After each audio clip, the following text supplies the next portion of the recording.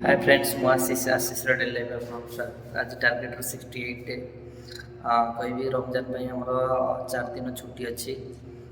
ସେମିତି କିଛି ପ୍ରୋଗ୍ରାମ୍ ନାହିଁ ଯେ ବୁଲିବା ପାଇଁ, ଯେହେତୁ ସାଲେରୀ ଆସିନି। ଆଉ ବୁଲିବା ପାଇଁ ତ ଯାଇପାରିବି ବାସ୍ ରୁମ୍ରେ ଟାଇମ୍ ହିଁ ଯିବ। ମଣ୍ଡେ ଠାରୁ ଡ୍ୟୁଟିରୁ ସକାଳ 4ଟାରୁ ସନ୍ଧ୍ୟା 7:30। ତାପରେ କହିବି କାଲି ଯେହେତୁ ବାପାଙ୍କୁ କଲ୍ କରିନଥିଲି, ଭିଡ଼ିଓ କରିଥିଲି। ମୋର ଗୋଟେ ଭଲ ବନ୍ଧୁ, ଭଲ ସାଙ୍ଗ ଜଣେ, କହିବି ତା ତା ସହିତ ସେୟାର କରିଥିଲି ଏ କଥା କରିସାରିଲା ପରେ ତାହାରି ପାଇଁ ହିଁ ମୁଁ ଆଜି ବାପାଙ୍କ ସହିତ କଥା ହେଇଛି।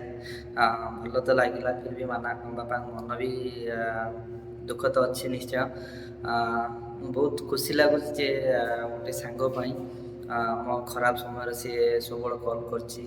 ମୁଁ କହିବି ତାରି ପାଇଁ ମୋତେ ବାପାଙ୍କୁ ତ ମୁଁ ଡରେ, ଘରେ ବି କଥା ହୁଏ ନା, ଫିର୍ ବି ତା କଥା ମାନିକି ମୁଁ ଆଜି କଥା ହେଲି। ବହୁତ ଭଲ ଲାଗୁଛି। ଆଉ ଯାହା ବି କରେ, ଯିଏ ବି ଯେତେ ପିଲା ଭୁଲ କରନ୍ତୁ ନା କାହିଁକି, ବାପା ମାଆ କେବେ ରାଗିକି ରହନ୍ତି ନାହିଁ। କହିବି ଅଭିମାନ ତ ଅଛି, ବାପା ଯେହେତୁ ଏତେ ସବୁ ପ୍ରୋବ୍ଲେମ୍ ମୁଁ କରିଛି, ମୋତେ ସବୁ କିଛି ଦାୟିତ୍ୱ ଦେଇ ଦେଇଥିଲେ ଗୋଟେ ପୁଅ ବୋଲିକି। ଫିର୍ ବି କହିବି ବହୁତ ଖୁସି ମୋତେ ଲାଗୁଛି, ସିଏ ବି ଖୁସି ହେଇଥିବେ।